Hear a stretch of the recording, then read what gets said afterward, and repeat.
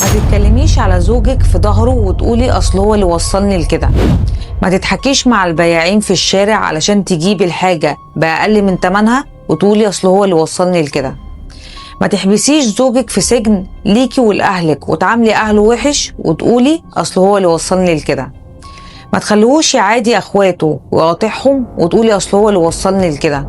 ما تفضحيش زوجك مع أهلك وأصحابك في كل مشكلة وتقولي أصل هو اللي وصلني لكده. ما توصليش أولاده يكلموه بطريقة مش كويسة من كتر ما انت بتتكلمي عليه قدامهم وتقولي ما هو اللي وصلني لكده. بلاش تعلقي الكوارث اللي بتعمليها على شماعة أصل هو اللي وصلني لكده. ارحميه علشان ربنا يرحمك ويرضى عنك. الزوجة الصالحة بتحترم زوجها وهتتعامل باحترام حتى لو زوجها أسوأ راجل في الدنيا.